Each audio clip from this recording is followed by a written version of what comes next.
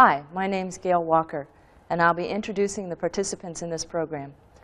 What you're going to see in this program is part of Gray's Main Street 90 Celebration of Community Spirit. Now, that's a hard concept to define, but we know that to understand our community spirit, we must understand our past and how it contributes to the present. There's a wealth of history and information about Gray's past in the minds of many of our veteran or long-term residents. History about Gray's environment, its structures, people's lifestyles, and personalities. But many times those personal reflections aren't discussed, at least as a public forum, so they're lost and not passed on to future generations. There's also a wealth of curiosity in our shorter term or junior residents, the students at Gray New Gloucester High School. Curiosity about how life has changed in Gray and what forces shaped our community. So today we have paired some of the veteran and junior members of our town to draw out that information, to see what we can learn, and certainly to be entertained. You'll be hearing from Dennis Davis, Miriam Bisbee, Evelyn Durgin, Gerald Kimball, Margaret Sawyer, and Edith Welch. They'll be interviewed by the students Dave Cleaves, Derrick DiPaolo, Heather Gillis, Dave Faunce, and Denise Fogg. Special credit for support organizing this program should be given to Steve Bartasius, a high school teacher, Steve Hendry, a high school senior, and Eric Ryback and John Furman, members of the Cable TV Committee. Our first students will be Dave Cleaves, who's a sophomore, who lives on the Yarmouth Road, and Derrick DiPaolo, who's a freshman and lives on the Mayall Road. They'll be interviewing Dennis Davis.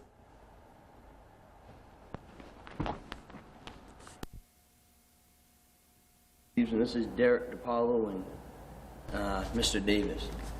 And we're doing an interview for the Old Homestead. Mr. Davis, where do you live in Gray? Live up on the Florence Road. I was born in Gray, probably a couple hundred yards from here, and lived here most of my life. I lived in New Gloucester for a short while, but back in Gray. Have you seen many changes in Gray over the years? Population has been the biggest change, the increase in the people coming in. And when I was younger, I knew about everybody. Now, probably 25% of the people I know. Yeah. Do you feel the changes have benefited Gray, or, you know? Well, I'm sure my grandfather and my father see a lot of changes, as much, if not more, than I have. But changes happen. You know, I mean, the biggest, like I said, the biggest change seems to be the population. Okay? Taxes are more, but we make more money. Yeah, would you like to see a building restriction in Gray? Or? I don't think you can restrict people. People got to live someplace. You know what I mean? Yeah. Looks like here that you like to hunt a lot. How long have you been hunting? I shot my first deer when I was 11 in Gray, and I've gotten deer every year since. So I take it pretty serious. Who taught you to hunt? Mostly my father, and self-taught, but mostly my father gets most of the credit for keeping my interest in it. Yeah. What type of hunting do you enjoy best? Deer hunting with both a rifle and a bow. Yeah. Good. You do any partridge and rabbit hunting? Yeah, I've always had rabbit hounds, and I do a lot of rabbit hunting, but yeah. I prefer deer hunting. Yeah.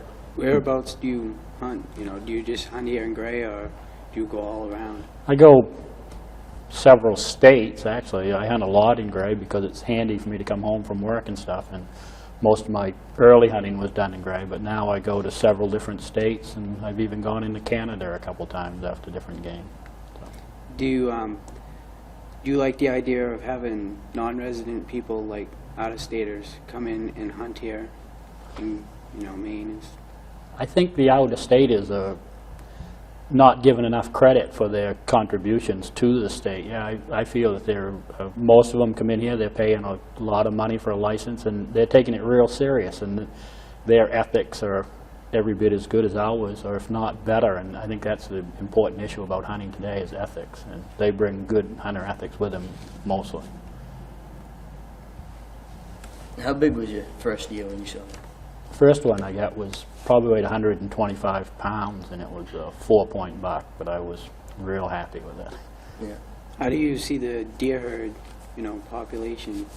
I think right now the deer herd is at a peak. It's like most of your wildlife has high and low spots, and the Department of Inland Fishery and Wildlife has handled it real well with this doe permits and stuff, and the deer level here is real high. You're not going to see anyone that doesn't see deer, I don't know if daily, but everyone's going to see deer during the course of the season. The level is up. Do you think it's gone down since you started hunting? Or I think that in the mid-'60s we had a real high population of deer here, and I think that's probably why I got into deer hunting as heavily as I did, because I could see deer every time I went out. And now it's back to that level again, so you may see more people coming into it. So you like the doe permits? So Yeah, I you think the like doe idea of permits that? are a real nice item that the state's come up with, and I think it's going to build our herd real well. In fact, I went around petitioning for it when they first decided to do it. do you think in a couple of years they can get rid of the doe permit and go back to any deer? No, I think it's a management tool that they'll use from now on forever. I think that they can, that way, if they have a different zone where the herd builds up too much, they can allow more permits in that area, like the eastern part of the state, down east they call it. They have very few permits given there, and they're hoping to build the herd back up like they've done here. So no, I think you'll see it here forever now. Yeah. How do you think what do you think the most effective way to hunt deer is? I think one-on-one is the best way because you get more satisfaction, but I think the most effective way is group hunting, which isn't legal. Would you like to see that legal? I think 2 or 3 people is a nice group, but when you get 15 or 20, you're taking the advantage away from the deer. You've kind of, his instinct and his senses aren't going to combat against 20 people. With 2 or 3 people, he's got a real good chance. Do you think that's a real problem in Gray, a lot of driving a deer? There's a lot more than what, there's quite a bit of it, yeah. I don't know if it's a big problem, but it happens. Yeah. With the hunter safety course, do you feel that benefits to a lot of new hunters and stuff? I think the hunter safety course is real good, but I think we're not getting the number of new hunters because of public opinion about hunting. A lot of people aren't really keen on hunting. There's a population, there's like 10% that are anti-hunters, and there's 10% that are strong hunters, and there's 80% in the middle. But the hunters have to behave and have to do a good job with their sport, or they're going to sway that 80%. So I think the hunter safety program is a nice factor, yeah. But I think we're losing more hunters. The number of hunting licenses being sold, I think, is going to decrease in the total population as a percentage. See what I'm saying? Yeah. Do you think accident-wise, though, it's helped out? So a lot of Oh people yeah. Statistically, there's 1 or 2 hunting accidents a year. It's the safest sport. Yeah. People are real concerned about it. There's more people killed every year skiing by far than there is hunting. Boating is a problem. They're having a lot more accidents boating and fishing than they do hunting. Besides hunting, do you do a lot of fishing here in Gray? I do quite a bit of fishing. Yeah, in Gray. Gray has excellent streams and 2 or 3 good ponds that are not necessarily in Gray, but Gray and New Gloucester and Falmouth and stuff. They're good. You think we should take time to stop people from polluting waters around here and streams and stuff by throwing their trash in water and stuff? Yeah, I think most of your sportsmen are aware that this is a problem. In fact, the state's even sure that the litter is a problem, but it's not. The litter isn't just the sportsmen, and the litter is a lot of it's people parking and drinking, and just the dump hours are restricted, so enough. There's a lot of factors that go into it. Just because you see trash outside the river or something doesn't mean it's sportsmen, but they've got to clean up their act too. What do you like to fish for the best? Brook trout and streams. Yeah. You think the state's doing a good job as far as managing the brook trout? Quite a controversy on the hatchery deal here a short while ago, so yeah, they're making an honest effort. Yeah. it cost them a lot of money to raise fish, and everything's so expensive now that it'd be nicer if we had our own population to build itself, but it's too bad to have to rely on just the hatchery fish. They're trying the best they can for the money they take in. Yeah. Which rivers the most in Maine would you like to see cleaned up with pollutant of like factories and stuff? Well, you get the Penobscot, which is real nice, but you get Kennebec right up here, which is one of the dirtier ones, and that'd be real nice, something close for me. Piscataqua, which is toward Portland, quite a bit of junk goes into that. Those two, will you? Do you do any bass fishing? Or? A little, but I don't eat them, so I usually don't really pursue that. Yeah. Would you like to see? Would you like to see the private ponds that don't have public access stopped too? Or? No, because if everyone's paying for the fish, everyone's paying for that stocking program, I don't feel that they should be barred from it. If you're paying for something, you should have access to catch it. Mm-hmm. So do you like the catch and release program that they do have here? Most of it's a voluntary. There's a couple rivers now. The Pleasant River, they've just initiated something down there from the part of that's catch and release only. It's nice, but I think you find a lot more people catch and release fish than what's realized. A lot of people, if they're not going to eat them, they'll put them back anyway. Mm-hmm. If they're not hurt, if they're bleeding or something, you might as well keep them because they're not going to make it.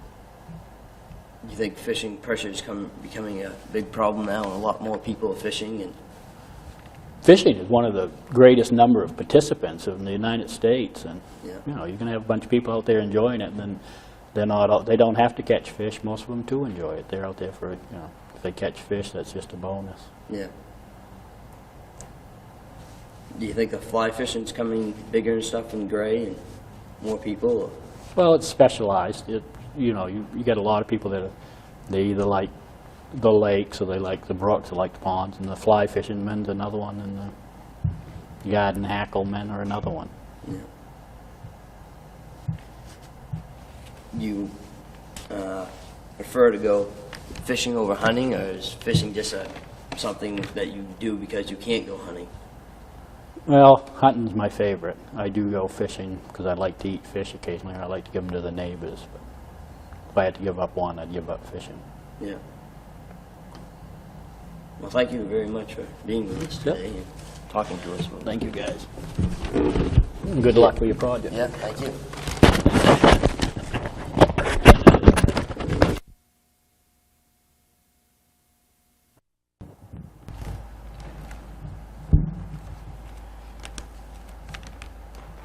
Hello, I'm Heather Gillis, and this is Miriam Bisbee, and we both live on Whitney Road, and I'll be interviewing her for the Main Street 90 concept.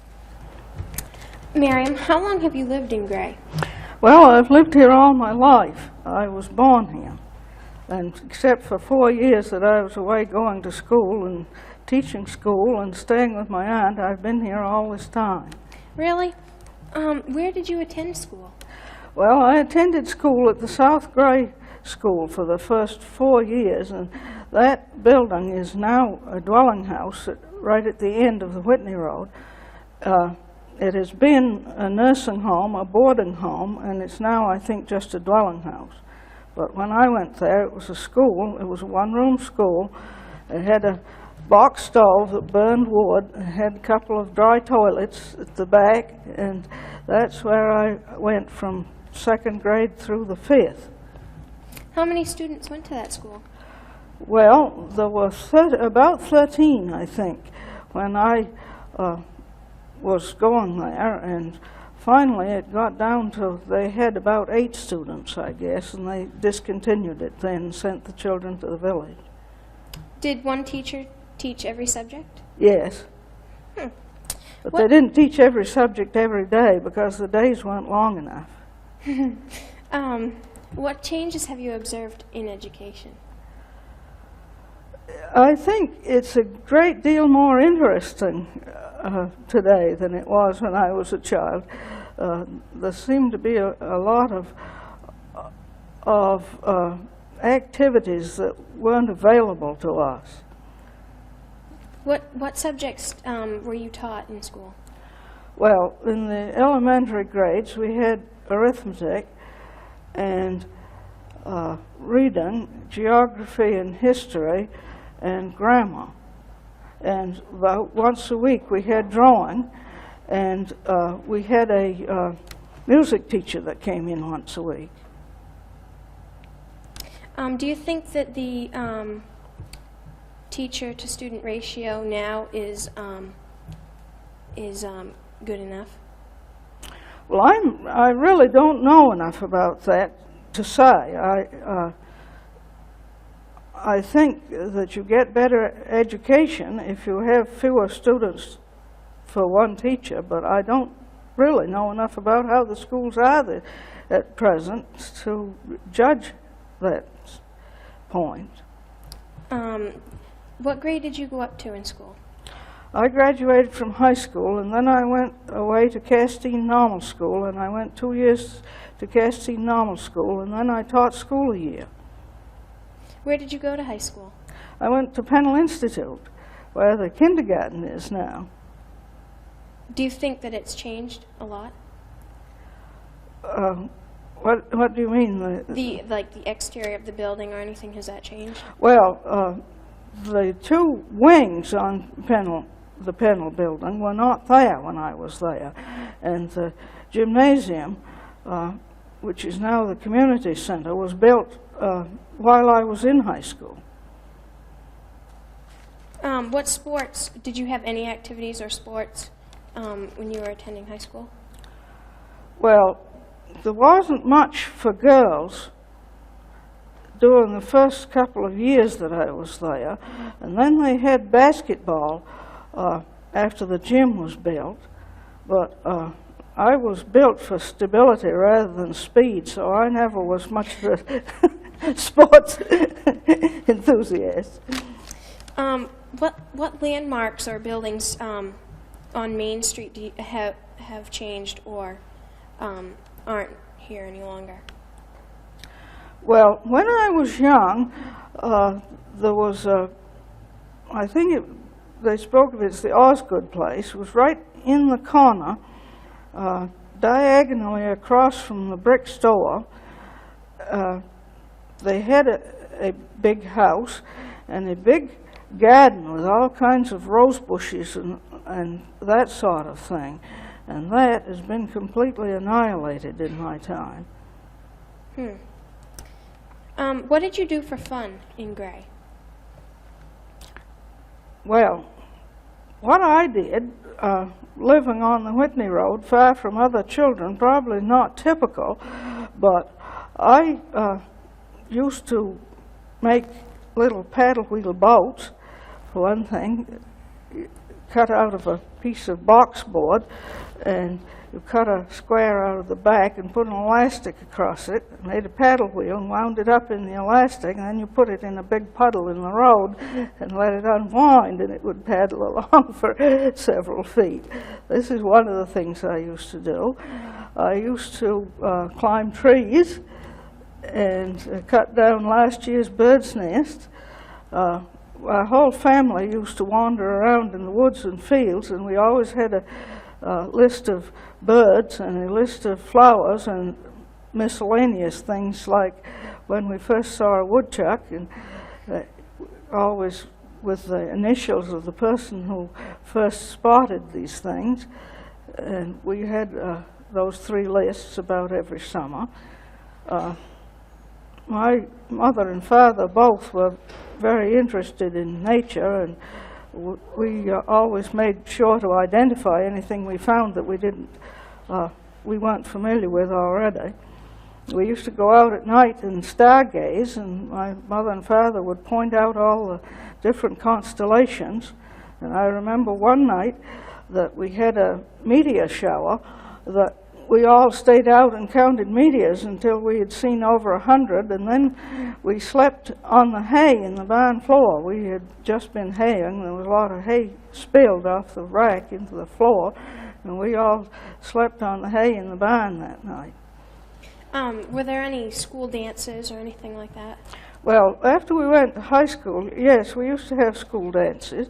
And before that, when we were in grade school, the teachers often would put on a program in honor of a holiday, and we kids had to memorize a poem or some sort of speech. They would have a little play, and all the kids would be in it, and all the parents would come out to see it. Of course, we didn't have television then, and people had to make their own entertainments to quite a large extent. What types of music were played at the dances? Well, there was usually somebody that could play the piano.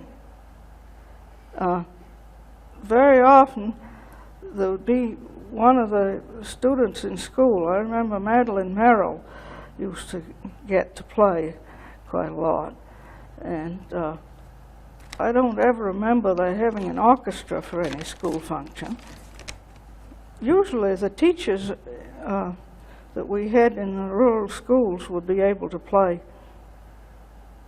enough for our common ordinary singing. How long would the dances be? I don't know, perhaps an hour or two. You mentioned that you would go bird watching. Do you feel that the bird population has decreased?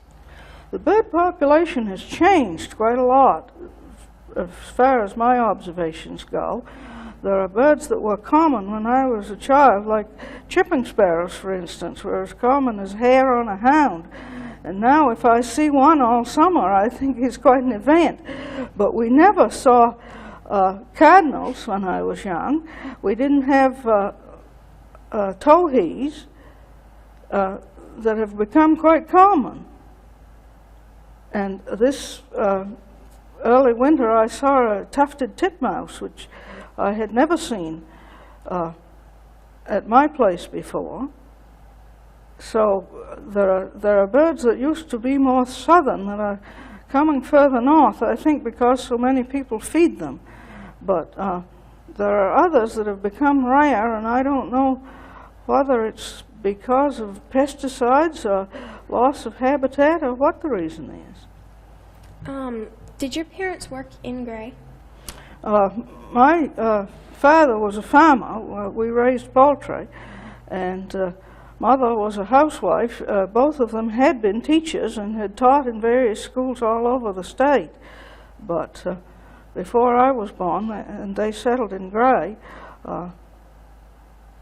they took up poultry farming, and that's what we did. But farming was much more diversified in most of the small farms then than it is now. Practically everybody that lived on a farm had a cow and a few hens, no matter what their main specialty was. And we always had a big garden, sometimes had surplus of some things to sell. Where would you sell these things? Well, there were occasionally people from the city would stop on their way by. There was a man, the name of Mr. Kelly, I remember, used to come out especially to buy sweet corn. And he had a dog named Piper, and we always used to look forward to seeing him and his dog. Where did you work? Well, I didn't work when I was young. I grew up in the Depression, and there was very little work for anybody. It was a hard time for anybody to get a job, and young people weren't that lucky a good part of the time. Up until I went to normal school and taught school, I had never worked outside my home, except one summer I worked for an aunt and uncle that had a little store in Brooksville, Maine, which is down the coast. How do you feel transportation and traffic has changed in Gray? Well, it's changed a good deal. When I was very young, Model T Fords were still common, and a great many people on farms still depended quite a lot on horses and wagons. And the road where I live, usually I knew who was going by. I knew all the cars that were likely to go by, and I could usually tell you not only who it was, but where they were probably headed and why. But the roads were in ridiculous shape from present point of view. The Whitney Road was just a dirt track, really, not much more than that. And people used to stop at my house and ask us if that was the end of the road, because the road petered out so beyond there that they wondered if it was really navigable. It was just wheel tracks with grass growing up between. So when did it get paved? Well, they widened it and made a good gravel road probably when I was in my 30s, I should judge. And I think they paved it when I was working in the greenhouse, which would have been some over 25 years ago, between 25 and 30. Well, thank you very much. I appreciate talking to you, and you're helping the community, and thank you very much. You're welcome.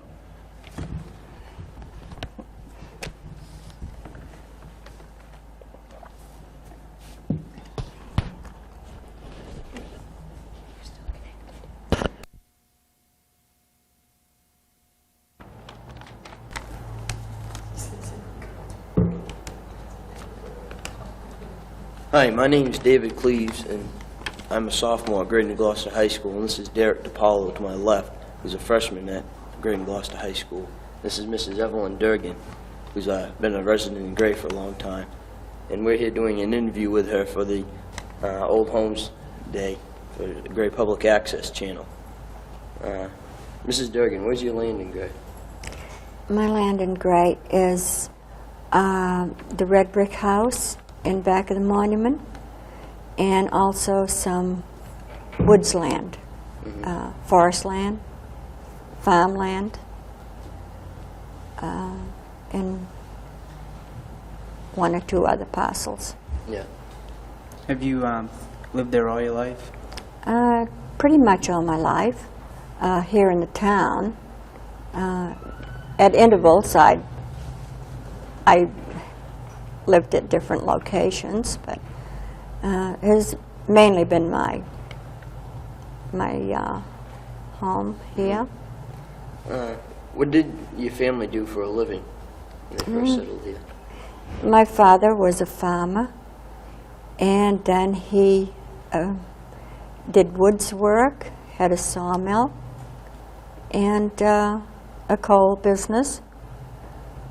Did a little of everything. Yeah. Was logging a big thing in Gray back then? There were 2 or 3 mills that I remember. Sawmills, he had one, and Carl Merrill had another sawmill. And then, of course, New Gloucester had one. But there was a lot of timber cut and sawed and sold here. It was also shipped out. Not only was it used here, but it was shipped out in other locations. I remember my father cutting big pilings, and he had an old truck. He would take those and haul them down, way down to Brunswick. They were used for On ships? well, not on ships, but for the pilings that went in the ocean. Sawed a lot of keels for boats, for Portland people that repaired boats and tugboats and things like that. Some trucks came from Boston and bought loads of lumber from him. It was a good little business. Yeah. Did you guys selective cut or did you guys clear cut? Yes, he always selective cut. He never strip cut a piece of land, ever. And I think some of the woodlots he's had for, well, probably 60 years. We've owned it for 60 years. Is your father the first one that moved to Gray? No. With the family? No, his family lived here. Matthew Morrill up towards Dry Mills. There was a big farm, and that was his grandfather. So, and his stepfather ran the hotel, which is over where Brooks Drugstore is now. Yeah. There was a hotel there. And the house that I live in, the red brick house, his stepfather used to sell horses. He was a horse trader. Yeah. Did they rent the horses out for when people came to town? Or? No, he'd just sell. He'd Yeah. sell. Yeah. How do you feel about the development in Gray? Well, I feel that it's something that is going to happen. There's so many people, and they do have to live somewhere. And country living seems to appeal to a lot of the people now. They like it quiet, good, clean living. And of course, some people rather live in the city, but I'll bet more than half of them rather be in the country. And that is, if they can find a reasonable place to buy and or build. How have the changes affected the community of Gray, the development and stuff? Well, of course, more schools. I can remember when there were only Pennell Institute. My class had 13 people in it. That's not very many. Then there was junior high over where the library is. That was one room. The little yellow school up here, that's the superintendent's office, was grades 1 through 6. And that's all it was. Yeah. So there weren't that many teachers and not many families and children. My husband developed Gray Park. He bought that property and developed that land. And then it just carried on. Yeah. Far as the roads, I can remember as a young girl when every road in town was dirt except the Route 100, and that was cement. Every few, 20 feet you'd go bump, bump, bump. And that's the way it was when I was young. This road here, the Route 26 was dirt, and It must have been rough going back then.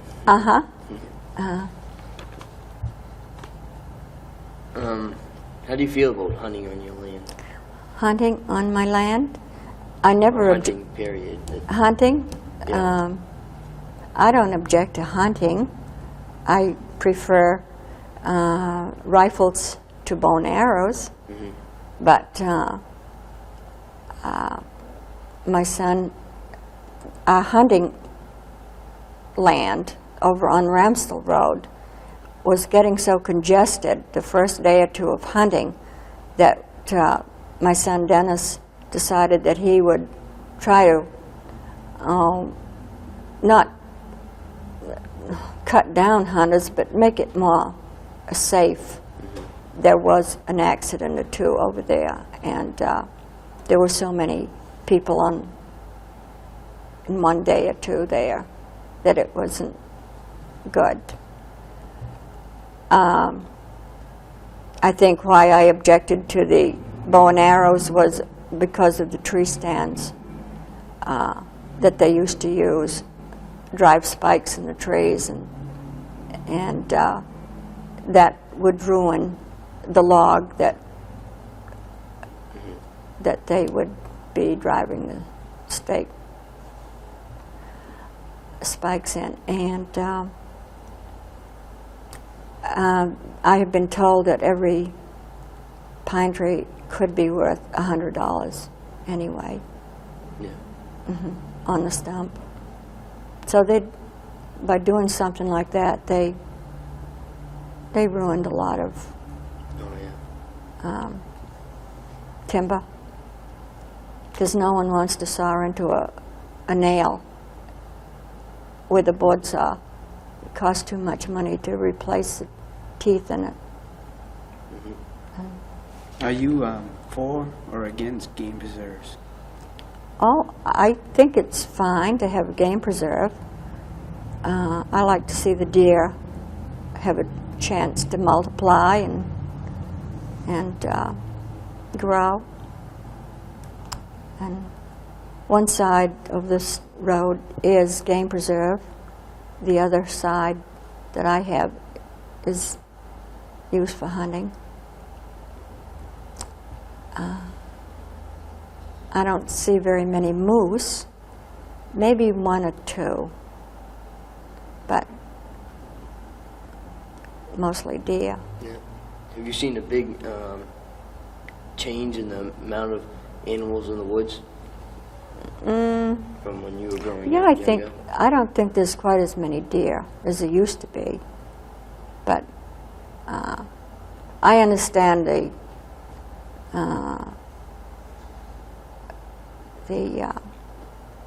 those dogs there have made quite a difference in the deer population. What are those dogs? Coyotes. Coyotes, yeah. What's your biggest environmental concern about gray? Where are you? Well, I can't see this. I think there's plenty of nice fresh air and good water and a lot of open space. Because one of my concerns would be high taxes. But maybe things will be all right. Yeah. You think Gray is a nicer place to live rather than, say, Wyndham or some other local town? Gray is more peaceful than Wyndham. I mean, traffic-wise, maybe. Although there is quite a bit of traffic that goes through here now. Wyndham's growing at a fast pace, I guess. Maybe Gray isn't growing quite so fast.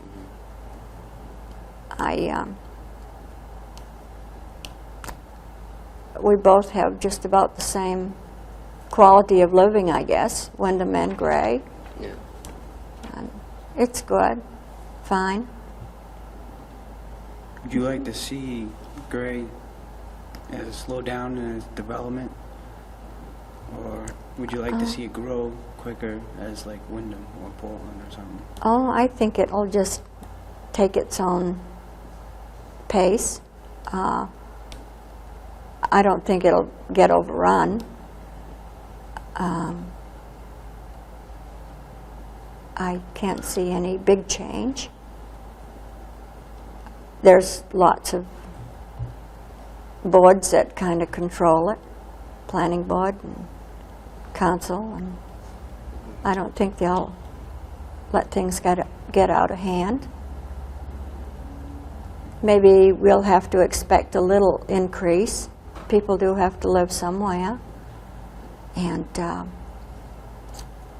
after spending a few winters in Florida, you can't believe what happens there. And this is very much different up here. It's a slower pace. Slower and much slower. I suppose the weather has a lot to do with it too. People wanting to go south and be where it's warmer. And let me think, when I was young, of course we'd be able to go out, get a sled, slide down Collie Hill, slide down Old Portland Road, no problem. Yeah. No cars. Living in the red brick house there were times like Saturday, my father and mother and I, or some other people, would sit on the front doors, steps, and count the cars go by. Maybe we'd get to 100. And we didn't have too much excitement in those days. We had to find our own little things to do. And but there wasn't the traffic then. And let's see, what else did we have to do? Oh, I really, you'd say it was boring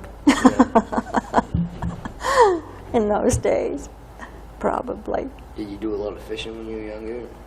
Oh, I used to like to go fishing once in a while, but as a girl, I probably didn't take to it quite as much as a boy would. Yeah. But I can remember my cousin, Ethel in Chester, young, that came from, they lived at different locations, New Hampshire, and traveled down through the South.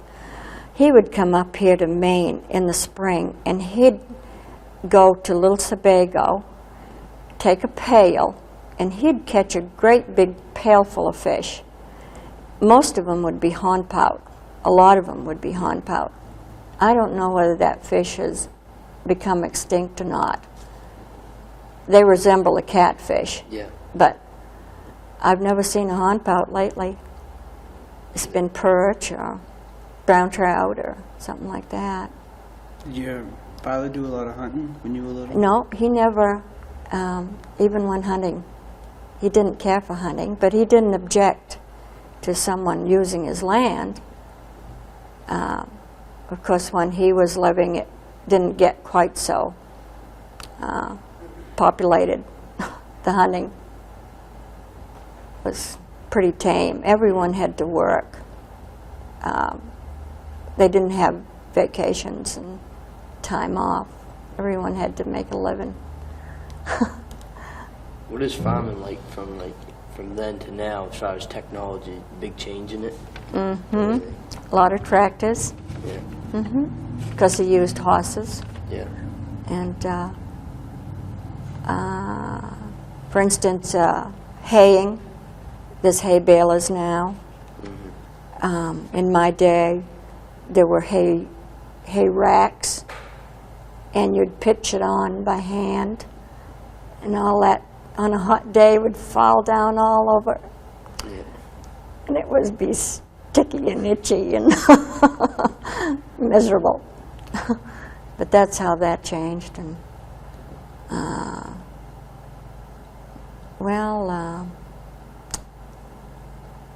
I think it's still hard work, but it's done a lot easier.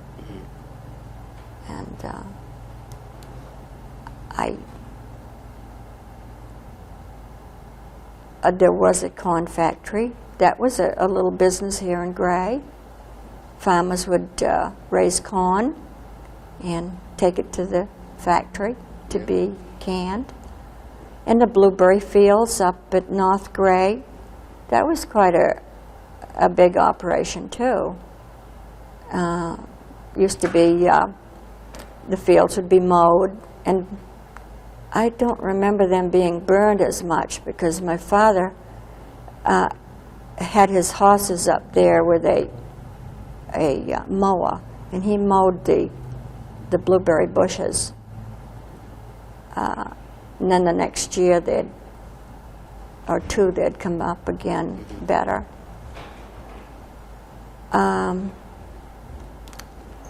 There was quite a lot of acreage of blueberries, and that was a business for Gray. Lots of little. I read in the paper where, I guess it's the Gray News, where they're going to have a bridge made out of big timbers. Well, that was done in my day. The bridge up on Collier Brook that went to McGuire's, that was all done with timbers and planking, and it was, maybe they're reverting back to the old style of doing things. And that held quite a lot of weight, too. That was quite a good-sized bridge. Was a woolen mill running back then? No, not then. But it was in that area that the bridge was.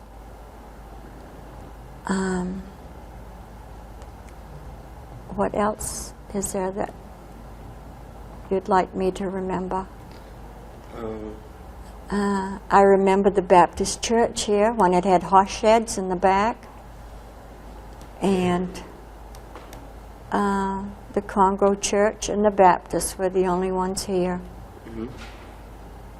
What about the railroad? The interurban? The interurban? Yeah.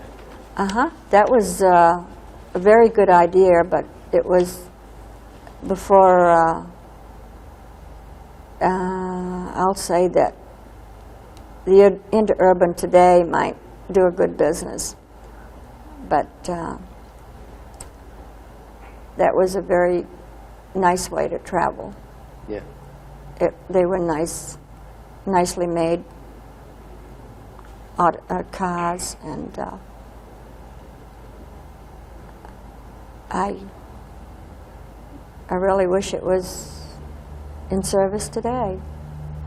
Did a lot of people use it back then? And quite a lot, yeah. Yeah. I remember when the first buses started from Lewiston to Portland. They kind of took the place of the interurban. And that's when I was going to school in Portland, and it was quite convenient, but it didn't cost very much. It was like 30 cents to ride to Portland, something like that. And a lot different than it would be today. So you like the train better than, say, any other means of travel? Do I like the trains? Yeah. Would you rather see that? Oh, it was very quiet, and it was a convenient way to travel. Because the automobile beats all. But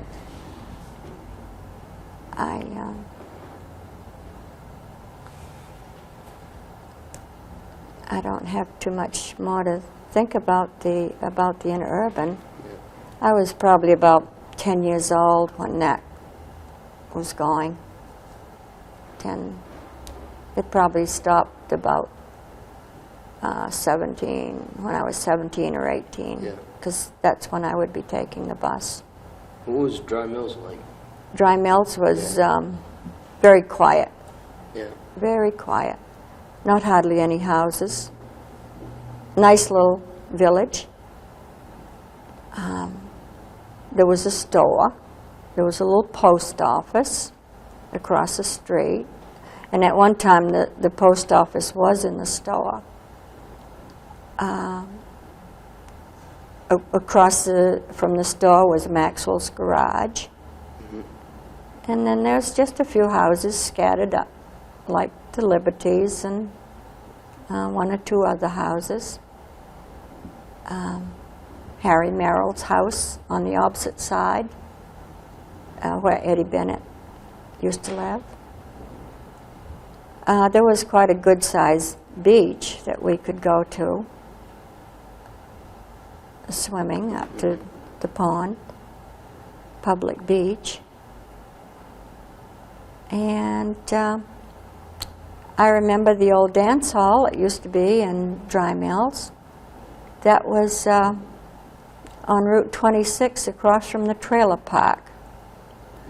There was an open-air dance hall, and it was fun to go up and listen to the music Saturday nights. Other than that, Dry Mills wasn't. Pretty soon, back in Depression, there was a trenchant camp, they called it, where people without work, I'll say mostly men, never any women. The government built two buildings for those people to stay in. And they lasted for a few years. And then the economy got a little better, and people found jobs. And but some of those men, they would put on a show Saturday nights, and they were very talented people, but they just had no work because of the Depression, which was bad. Yeah. Did it set that gray back real hard, or No. hard on gray along? Was there enough work around, like farming and stuff? for them to do? There was enough for the local people here to make a living. It probably wasn't a very big paycheck, but they survived. People survived. And that was in the 29s and 31. About that time was pretty serious. I think it's a fine place to live. I don't think I'd ever want to live anywhere else. I always hope I can keep my land, and my children would like to have me try to keep it as long as we can. And I'm quite happy here. Plenty to do. Always work. Yeah. So you were here when the development of the turnpike was up. How did that change the area of Gray here? It brought a lot more traffic in, and I suppose it brought some business too. I can understand why things have to change, though, even to the point of moving the monument back, as the state did, a few feet back. It made a lot more access for the cars to go. I don't know what would have happened if it had never been done. In the same way with the turnpike. I don't know where the cars, I can't picture them coming through Gray Corner. All that amount of traffic. And it had to be done. Have you seen a lot of little roads like Mayo Road and other Weymouth Road and stuff constructed recently just to put houses up for just housing purposes? Well, there again, you have to have suitable roads if people are going to live and travel on them.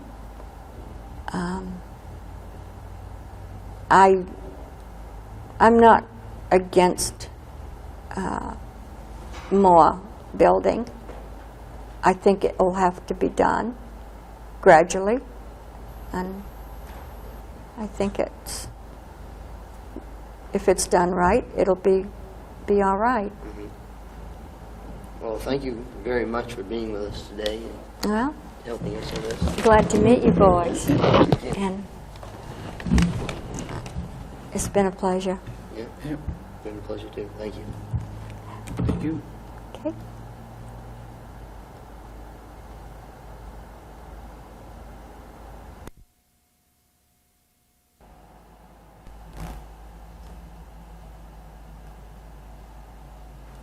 Good afternoon. In case you just joined us, this is a program from Main Street 90.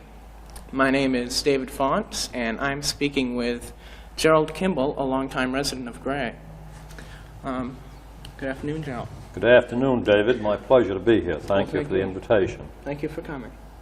Why don't we start by having you give a history of your life in Gray? Probably the afternoon won't be long enough for my history, but I was born on Long Hill Road on a cold winter's morning in January of 1920. Ordinarily, I'm 55 years old, but if you calculate that, you see I'm a fibber to begin with. My early years were at East Gray School, jumping ahead about 5 years. There were no sub-primary, no kindergarten in those years, and so we started right out in the first grade. It was an old one-room schoolhouse, and there were 7 grades and 1 teacher. She probably had 20, 25 students most of the time. If some of the lower grades needed help in school, the upperclassmen helped them. The teacher wasn't duty-bound to spend every minute of her time with each student. There was a lot of cooperation there, and I think the parents helped, and life was somewhat different than it is today. By the time I was in the 8th grade, they made me leave the East Gray School, and I came to Hancock Junior School. Am I going too fast? Nope, this is fine. All right. I could elaborate that we had no modern plumbing and no modern conveniences in that school at East Gray. I guess the proper word is outhouse that we had, and if you wanted a drink of water, there was, in the early years, we had a pail in the corner of the room, and in later years, someone advanced to the point that we had an earthen jug and probably a common drinking cup, as I think back, and you could have water as long as some of the older kids went to a neighbor's home and brought in a pail of fresh water. Needless to say, some days we didn't have any drinking water because either they were too busy or it was too cold and snowy, and there just was no water there.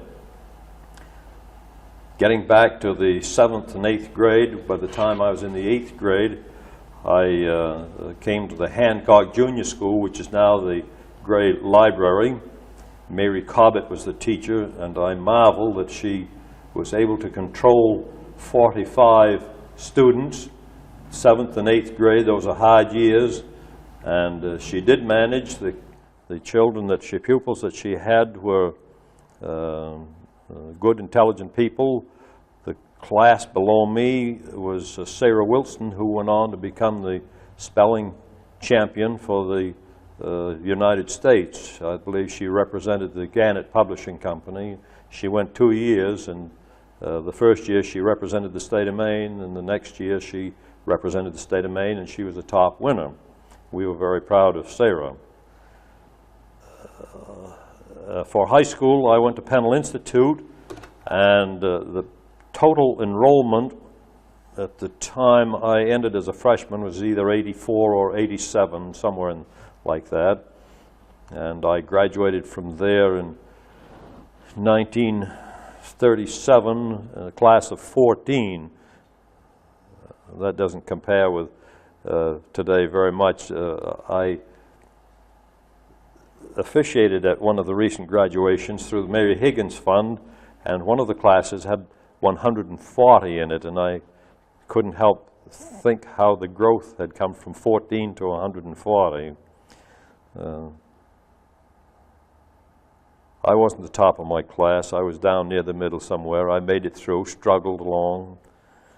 I don't think I ever took any books home. I tried it once or twice, and I never studied. Why waste my time? So if I didn't gain anything in school during the school hours, I didn't get it.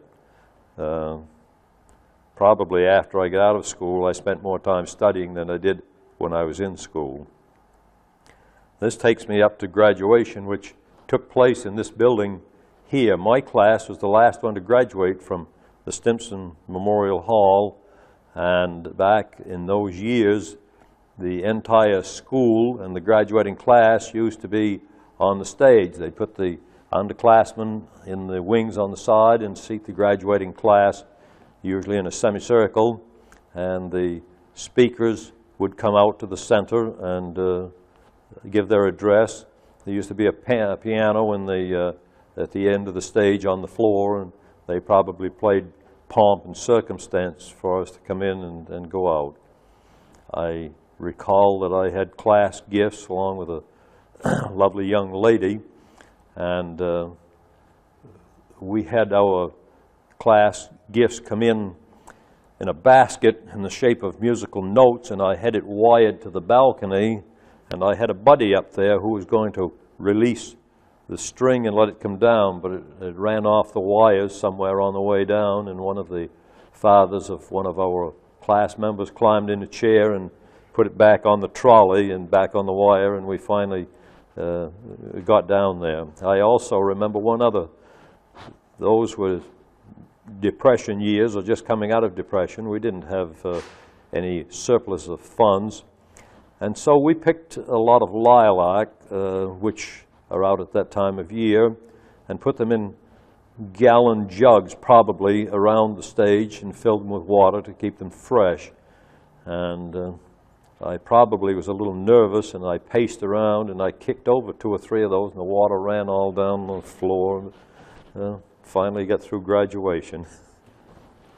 Would you like to ask me another question now? If you'd like to go on, feel free, or I can continue. Life wasn't too exciting. I worked on the state highway, sanding roads when they were had a tire crew, and in the winter I worked in lumbering. I guess I hauled logs. I worked in a sawmill, and I did that for about 3 years probably. And in the early part of World War II, I went to work for the American Can Company, and that was steady work. It was probably the first steady job that I had, and I stayed there a 1.5 years, summer and winter, until such time as I went to work for my Uncle Sam as a member of the United States Army in 1942. Keep going? Sure. I spent about 39 months working for my Uncle Sam, and I came back to Maine in 1946, I guess. In the meantime, I had met a young lady that I took as my wife and brought her back with me also. And most of the time we spent in Gray, so I guess perhaps I'd be called a native of Gray. I did get called back into the military again in 1961 for another year. I was a member of a reserve unit, and President Kennedy said, "Think not what can your country do for you, but what can you do for your country?" And so I went back and helped them out for a year. And I have a total of 26 years with the military, and I don't regret the time that I spent with them. What do you do now to keep yourself busy? Well, one of my jobs, I run the cemetery, so that, and I don't work 8 hours a day. At my age, I think that 4 hours is enough. Usually I work from 8 to noon, with exception of a day like this. We had a funeral at 11, and so I work until I'm finished. And music has been a part of my pastime, I guess. For 12 years, I had a male quartet, and we really lived it up. We had a lot of fun, a lot of enjoyment, and we used to sing in public. At the height of our career, we sang 25, 30 times a year in public, and that lasted for about 12 years. And one of the fellows moved out of town. Another fellow, the voice dropped about an octave, and so that took care of the quartet. For the last 5 or 6 years, I have had a group that sings in various churches during summer months, and that gives us a little pleasure. And also a friend of mine and I sing in Cumberland in a group down there. I tried the barber shoppers, but unless you get married to the barber shoppers, you can't keep up with it, and I didn't have that much time to devote to it.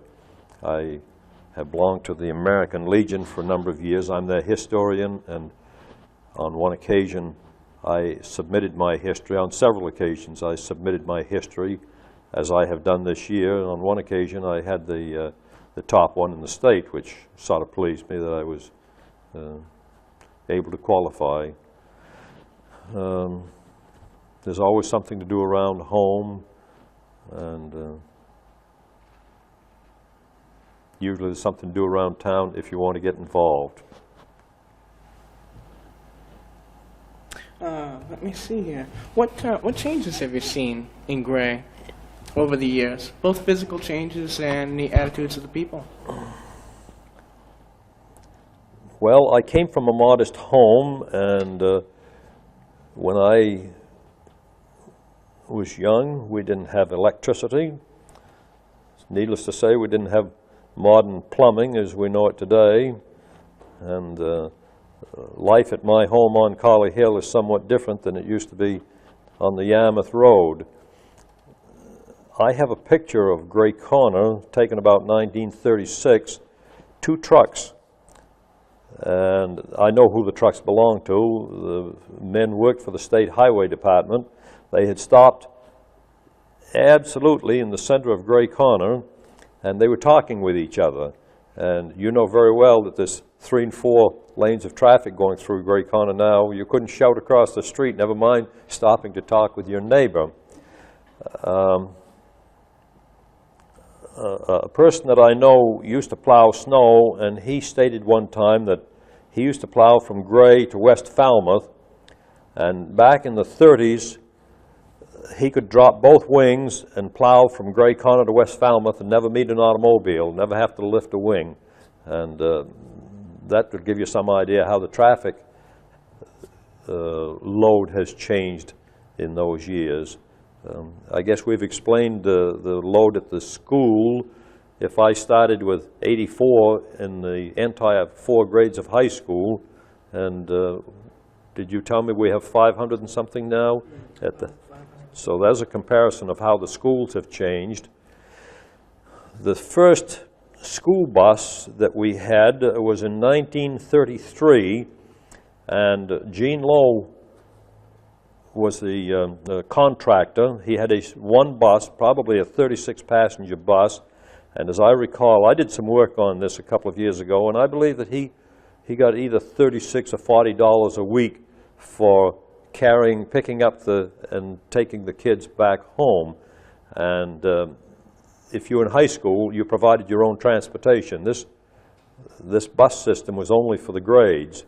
I don't remember when they started picking up high school students, because that wasn't in my lifetime. So today we have about 29 school buses. So from 1933 until today, how many years that may be, we've grown 29 times roughly, and instead of 36 passenger buses, we have 72 passenger buses. And we have activity buses, which they didn't have then. If you want to stay and play ball, oh boy, you better hustle yourself home after you get through the ball game. The bus didn't stay around and pick you up. As far as stores, we had probably 3 grocery stores in the center of Gray Corner, and 3 automobile garage repair stations and sales places. There isn't a single salesperson around, a sales outlet around now. You have to go out of town, and they expect the serviceman to offer certain services, and no more Mr. Goodwrench. You need all kinds of power tools, test equipment, and a large inventory. I think there's a great change in that. Another change that I can think of, we had a lot of farmers who raised cows, produced milk, sold it to Oakhurst Dairy, and Mr. Sawyer had a route around Gray, and I believe that he or a member of his family told me they picked up from something like 27 different farms, and I think we only have either 1 or 2 milk producers in Gray today. Mike Wilson's one of them, and I'm not sure that we have a second one. So farming has changed somewhat. Many of the farmers back before World War II would raise an acre or 10 acres of corn for the corn shop. And I don't know of anyone around now that does it. Maybe they do, but I'm not aware of it. I think there's no local corn shop, and that's just a way of life that has gone out the window.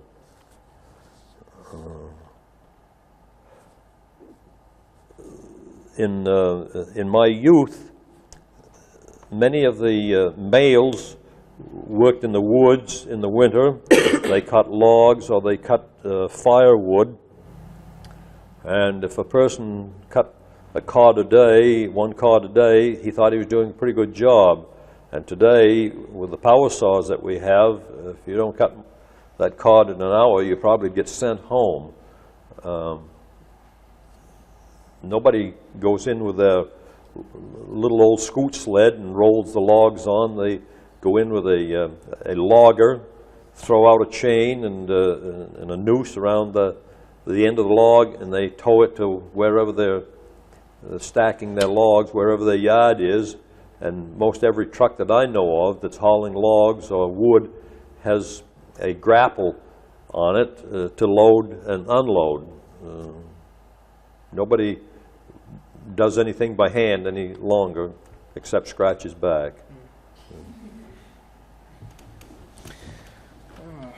Now, over the past few years, you've acted as a moderator at the town meetings. I was afraid that would come up. Could you explain the form of government, if it was different? In my youth, we had 3 select men, and they ran the town. At least 1 or 2 did.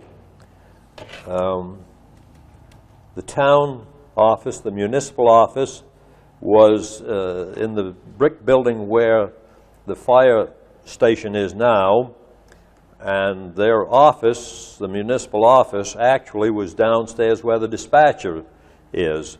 And these 3 select men usually came in on a Saturday afternoon, and a couple of them did most of the work, I think, as I recall, and a third one signed the orders that was necessary to be signed, or did some voting.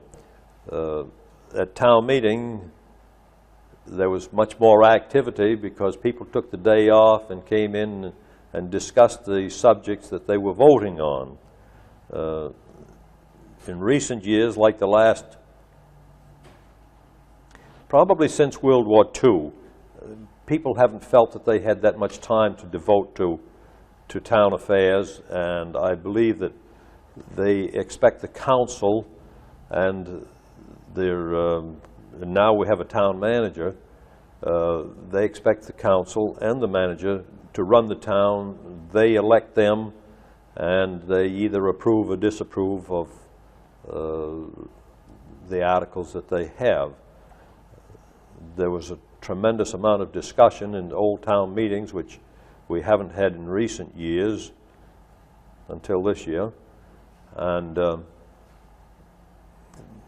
the church ladies used to have a dinner, and many people made a big affair. This is when you could meet your neighbor and fill up on beans and pie. I don't think we have those affairs any longer. No one's, most people aren't interested in coming to town meeting for dinner. They see their neighbors. If they want to see them, they have another occasion to meet with them. And it isn't a once-a-year affair. There's quite a change on that. We have a town manager now who is, and plus the clerks, who are on a full-time basis, and that's quite a change from the activity that we had, or the workload that we had 50, 60 years ago. What did I leave out? I don't think you left anything out. Okay. Let me see. To wrap up here, I think as a closing question, if you had the opportunity to bring back one thing from the past and have it put back in gray again, what do you think it would be? This reminds me of an occasion. During my banking years, I met with the public frequently. In fact, I probably spent 40 years with the public, so I've rubbed elbows with them. Harry Merrill came in one day, and he was reminiscing with some girl that he'd gone to school with years ago, because he was old when I was young. And they reminisced for a while, and she said something about the good old days. And Harry said, "Come on," he says, "there's no such thing as the good old days." Because when I was young, and he lived up on Shaker Hill, he says, "there's an all-day trip to Lower Gloucester Corner." He says, "I harnessed the horse, and went over in a sleigh, and came back, and put the horse away, and that was the whole day." And he said, we didn't have any modern plumbing. If I needed to go to the bathroom, I had to go way out to the end of the barn. And so he said, there's a good many things that I don't care about going back. He says, and when you talk about the good old days, it's all right to reminisce, but I don't want to go back and live them. And I guess perhaps it's all right to look back, but it's nice to look ahead, plan a little bit, and live for the future. Never mind, look back and reminisce and find out where you made a mistake. If you make a mistake once, that's all right. If you make it twice, boy, you're a bonehead. So look back and review what you've done, and then look ahead. I can't think of anything that I'd go back and do over again. I'm going to live for tomorrow. I had a lot of events in my past that I enjoyed, and I'm grateful for, but I'm not going back and come up through the ages again. I'll live for tomorrow. That's very wise. Well, thank you very much, Gerald, for coming. Thank you. It was great having you speak.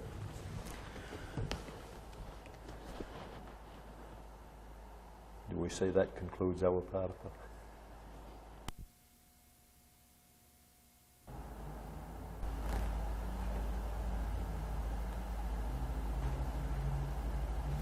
Good afternoon.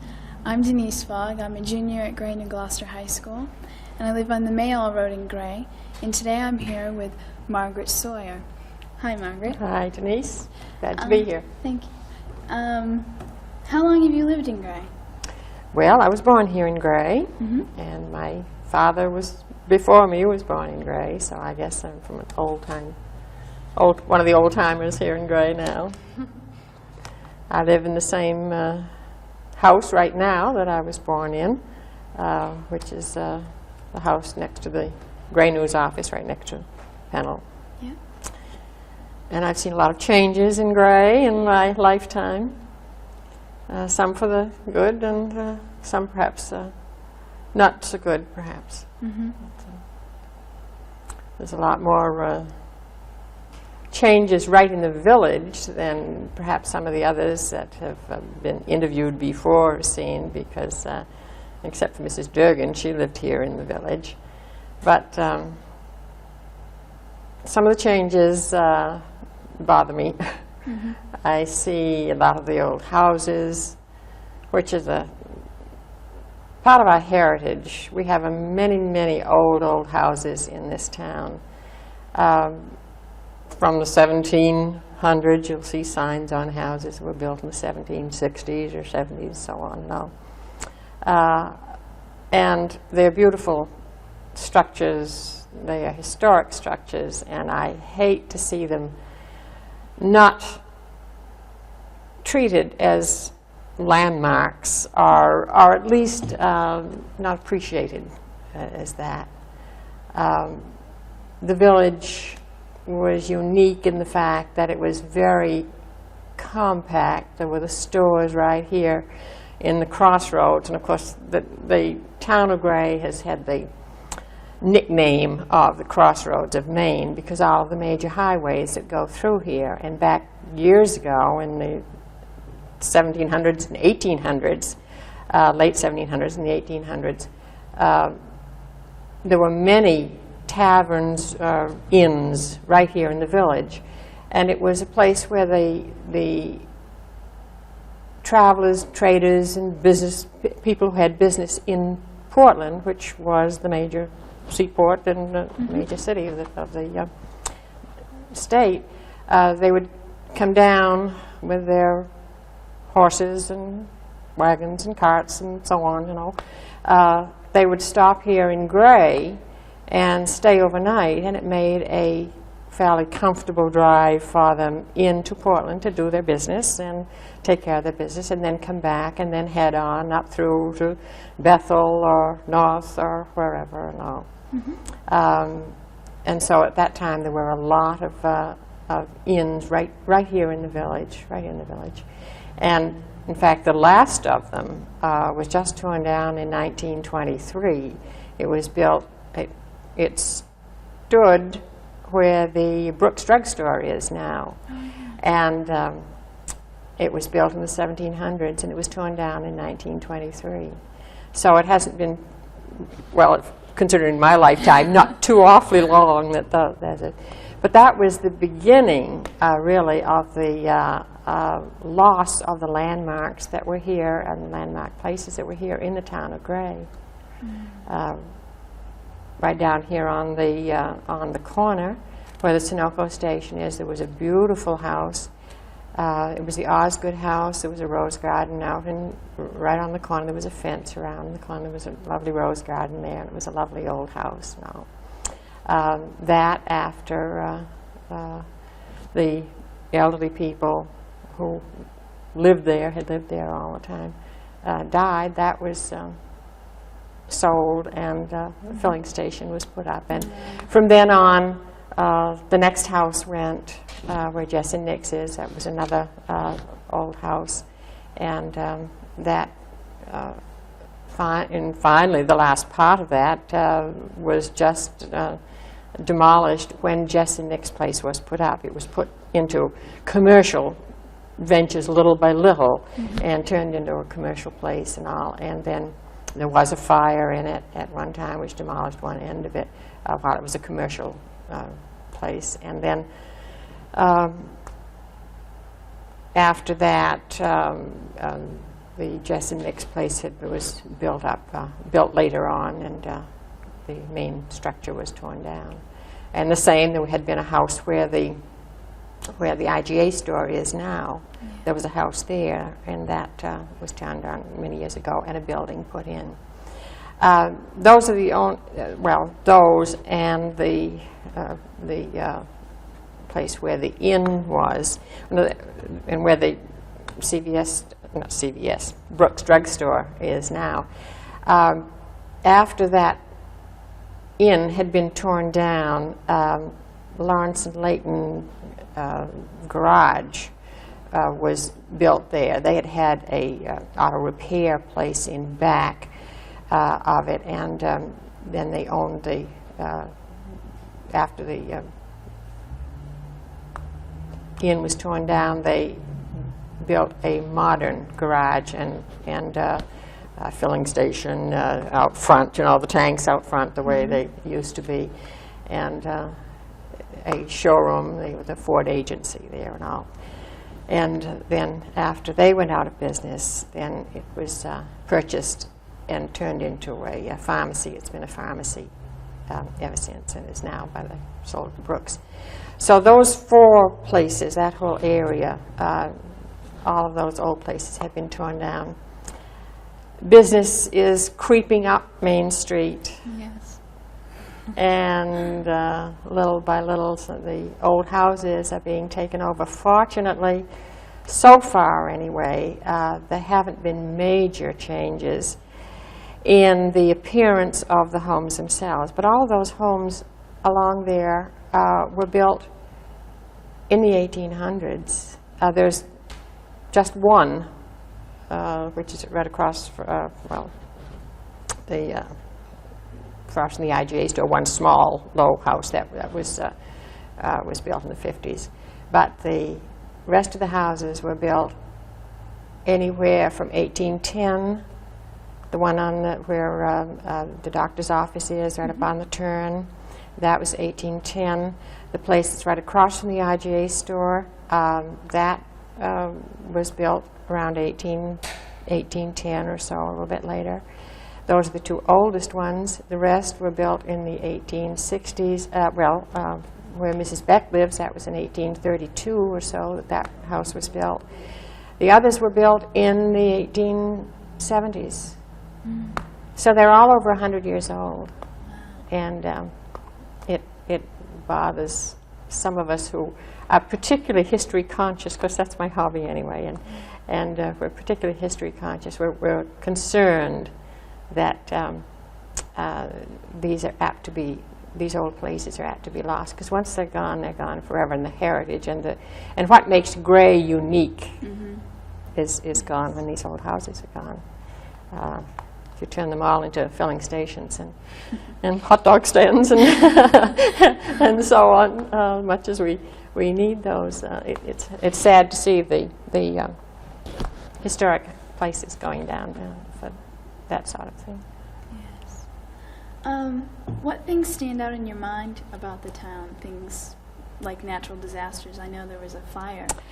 Well, yes, there was a major fire in 1921. I think it was New Year's Eve in 1921, on the first day of January, New Year's Day or so. It took the whole east side of the village. The only building that is standing now is what is One Gray Center. Now, we always called it the brick store because it was a store. That was the only brick building. The rest were all wooden buildings. And the fire started in the middle of a very, very cold night, way below zero. And it started in a building that is about where the parking lot is, between the Exxon station, I guess the Exxon station, and One Gray Center. And it took that whole side of the village all the way around the corner on Greenleaf Street to where that first house is there. There were shops and homes and a meeting place, a hall upstairs over a store. That it was a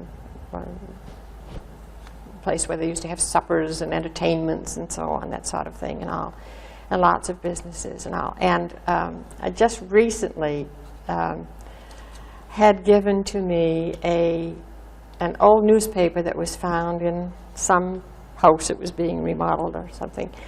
That showed the newspaper account, the Portland newspaper account of that fire in 1921, and it said that it was questioned whether Gray would ever rebuild the area that had been, but they did, and as you see, Gray has built a lot since then. Okay, could we discuss a little bit of how the town got established, like the first residents? The first settlement of the town, it took 3 tries to get the town established. In 1735, there was a grant, in Massachusetts to a group of men from the Boston area for a plot of land 6 miles square, back of North Yarmouth. That's the way that it is listed, 6 miles square back of North Yarmouth. They owned the land. They were given this grant of land. They owned the land. They divided it up and all. And then they recruited families from the Massachusetts area to come down here and settle. And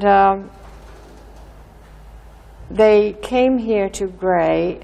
The first ones who came up the Royal River, which is over up East Gray, yeah, and made a settlement. That was not very successful. It didn't last very long. They were driven out by the Indians. There was another attempt made in the 1750s, and that was not successful either for very long, because it too was burned out by the Indians and destroyed and all. And everyone who survived went back to Boston and the Massachusetts area and waited out the French and Indian Wars. And then in early 1760s, they tried again, and that was the final settlement. The first ones came up over what's now the Hunts Hill area and settled right at, well, there's a bridge down there. It's what is the Pleasant River, and the meadows down here on the main road were the extension or the beginning of it, and then the river goes down and down through Wyndham and so on into Westbrook and Stroudwater area and all. And they settled down there, and they started cutting masts, king's masts for the King's Navy, the English King's Navy and all. And they'd float them down the Pleasant River into Westbrook and all. And along with those who came up to do this cutting, and of course the land was still owned by proprietors, not the same. They'd transfer land in the Boston area and all. But the land was still owned by those people. And gradually different parts of the area built up, and North Gray and East Gray and so on and all. And they became a group of, well, so that in 1778 there were 60 families who had settled here, who petitioned to Boston, to the Massachusetts court, to have it established as a town. And it was, and up until then it was called New Boston. At the time that it was incorporated as a town in 1778, it was named Gray. And people will say, well, why was it named Gray? That's something we don't know exactly why it was named Gray, but one of the proprietors at that time, he never came here, as far as we ever knew, never came here at all, but he owned land here. And one of the requirements for these settlers was that they had, when they came here, they had to build a meeting house. And so they built a meeting house right here in the village. And the reason that Gray Village is where it is because one of the owners who owned the section of land, settlers who owned one of the sections of land right here, gave part of his land for the meeting house. So they had the meeting house there, and they had the cemetery there, and it gradually grew as the center of the town.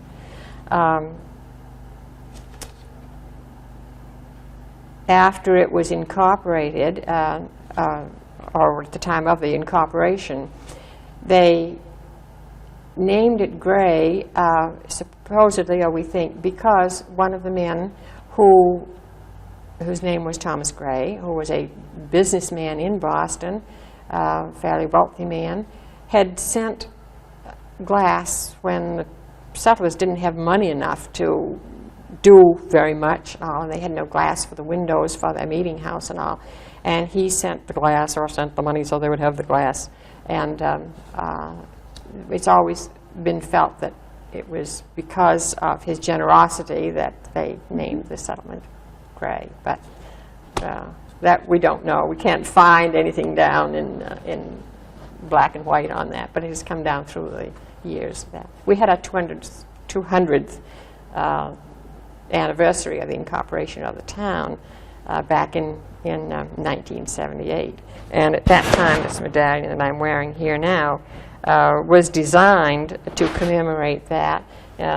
We had them in silver, and we had them in bronze. We had 100 made up in silver. It shows a picture of the blockhouse, and it shows the King's Mast Yard, and then a commemoration of the 200th anniversary of the incorporation of the town of Gray. We had 100 of them made up in, the Historical Society did this, made up in silver. They were numbered, and in the time capsule, which we have stored away in the town vault to be opened in later years, there is a list of those 100 people who bought the 100 silver ones. And we still have bronze ones, which, by the way, we will have available for sale at the Main Street 90. We will have a display, and we'll have books like the history book of Gray, and a smaller pamphlet, a little bit easier to read, but a pamphlet and all, this is a book that was compiled from it says History, Records, and Recollections of Gray, Maine, by George T. Hill. And George Hill lived here in Gray all his life. He was very interested in Gray history. He collected a lot. He was a mailman here, and he knew everyone in town, rural delivery, and he knew everyone in town and their family and all about them and all. And his mother before him was interested in history, so she collected a lot. So over his lifetime, he collected a lot of stuff about Gray and about the Gray people, and he always wanted to write a book. Well, he didn't have, it takes a lot to write a book, it takes a lot of work and a lot of editing and so on and all. But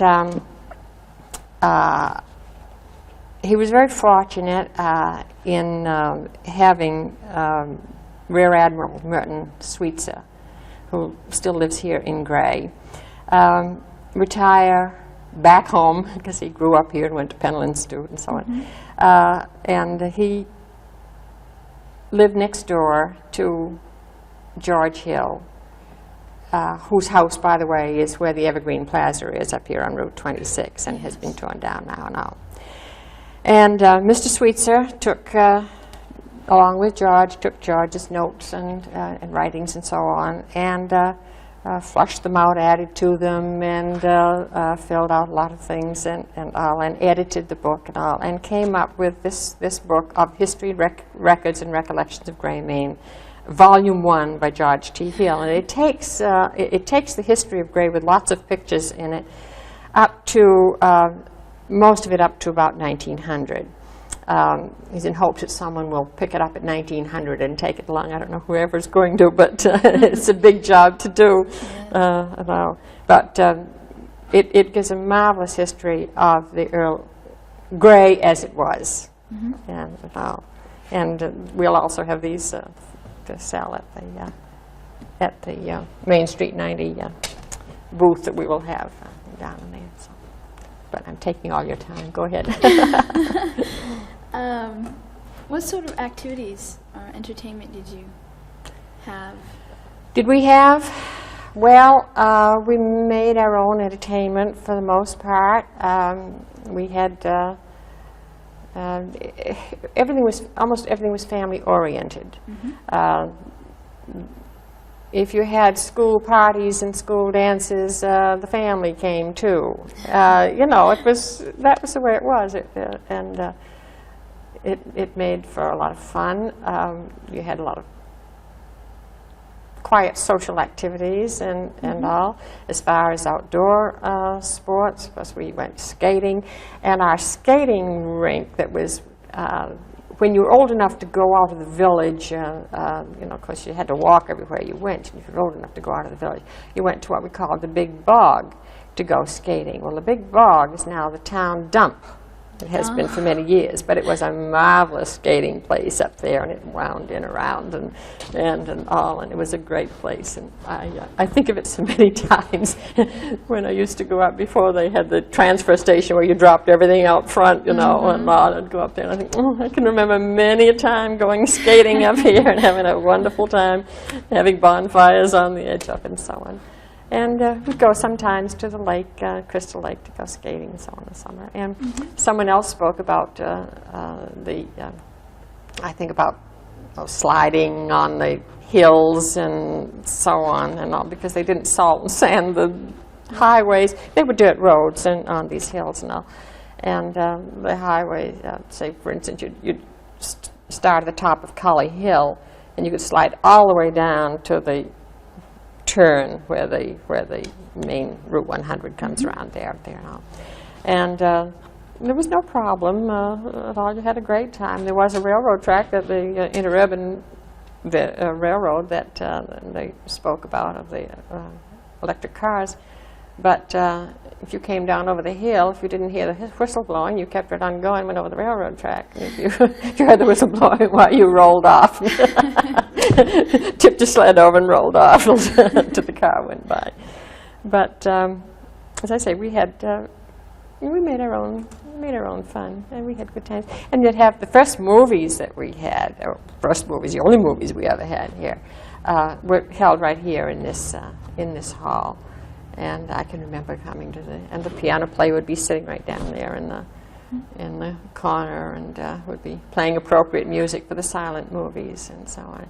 And that would be, say, like on a Friday night, once a week they'd have movies. And, we were reminiscing a little while ago about summer nights. A lot of the people who lived in the outlying districts of the town would come in on a Saturday night and back their cars up in the village, or like back in front of where the Loving Spoonful is now, along that side of the street and so on, you know. And also over across the street too, and all, and sit there and spend the summer evening watching the traffic.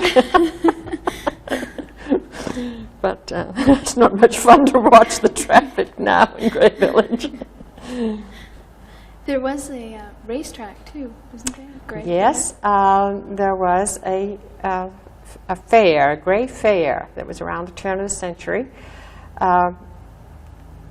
It is now what is called Gray Park. It is the area of the streets around and back of the Wilson Funeral Home. And there was a racetrack that ran around there, and a grandstand, and a judge's booth, and the building that's on the corner was, well, it used to be the Grange Hall. Now it's now a business place. And that was the exhibition hall. Though it was only about 5 years that was active. It really wasn't a large enough. Of course, there were no houses in there. That was an open field until that time. And the only houses were the ones that were out on the main highway here. What is the main highway? One of the reasons, as I've been told, that they started this, that sort of brought this to be, was the fact that they used to race their horses. People were very proud of their horses. Men were, you know, if they had a fine, fast horse, you know, it was like having a fast car is now, you know, a fast horse was a great thing to have, and driving a horse and all. And so they'd start at the, well, it would be about where the Turnpike Bridge is, right there at the knoll, because that was a gully. That was always called Gully Hill. The Turnpike goes right through that gully. There are two hills there, you see, and all. The Turnpike goes right through there. But that was a gully, and there was no bridge across it. You went down, and then you went up the other side. So they would start at just this side of the Gully Hill and all, and they'd race into the village, race horses and carriages and so on. Not running races, you know, but horses and carriages and so on. I don't know, perhaps they had sulkies, I don't know, but they'd race their carriages and all. right down into the village.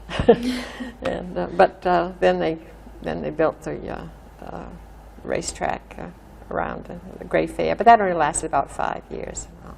And then the grandstand was removed up to New Gloucester. And New Gloucester Fair stayed for many years after that. And all, but they never had another one after that. The woolen mill, Gray Woolen Mill, is yes. the first in the nation, is it? Well, yes, on the Mayall Road,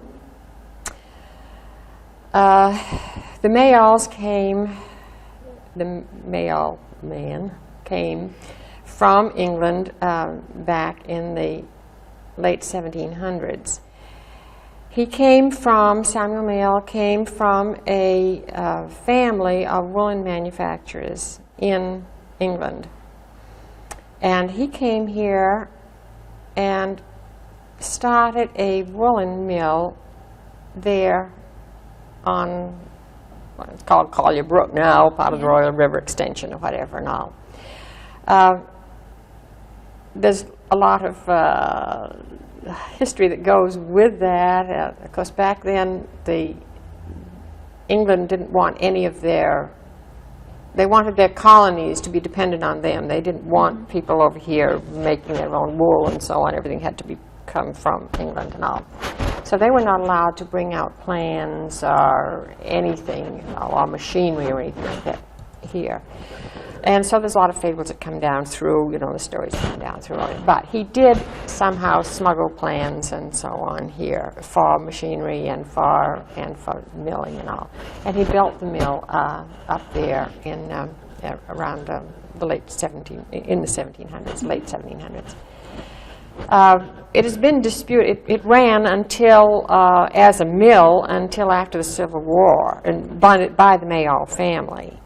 And he left and built mills, Lisbon Falls and Phillips and so on, all. But the family remained here. In fact, the family is buried here in Gray, in the cemetery down here. And what is called a snow house down here was Mrs. Mayall's home, was built by her family for her in the 1830s and all. There are people who will question whether this was really the first power-operated woolen mill in the country. And we've always maintained that it was. And we have had experts in the field who have done a lot of study and research and said, don't let them talk you out of it, because no one else can prove. We know when this was, and no one else can prove that theirs was earlier. So we still feel there is nothing there but some ruins now. And on the other side of the road, just up the little side road that's hardly a road now, and all, off that there is a tomb. Mm-hmm. You've heard of it then. Yes. Have you been there? Yes. You have? Uh-huh. Well, the man, did you ever hear as to how it happened to be there? Didn't he feel he was going to come back as a sheep? Yes. Samuel Mayall believed that he would come back as a sheep. And so he wanted to be buried in the sheep pasture. And that was because it's all woods there now, but that was all pasture land. And there also were houses up that road, too. And you'll see cellar holes if you go up through there. There were cellar holes and all. Because that was a very thriving part of the town. Back in the late 1700s and up until, until the mill closed. And the last of its being open was really being active, was during the Civil War, and they made woolen blankets for the Army during the Civil War. But by that time, the mills in Lewiston had begun operating, and of course they had so much more water power and so on that a small mill like that couldn't do. But yes, Mr. Mayall didn't. At least we haven't seen any sheep that we think of Mr. Mayall. And later on, they did remove the bodies of he and his wife were the only two that were buried in the tomb up there, and the family brought them down here. So. Well, this has been really interesting. Thank you very much. Well, you're very welcome, and I hope that people who see this will remember the Gray Historical Society and what we're trying to do, and visit us at our display at the Old Home Days, which we hope to have, and perhaps learn a little bit more about Gray as it was. Yes, thank you. You're very welcome. I enjoyed it.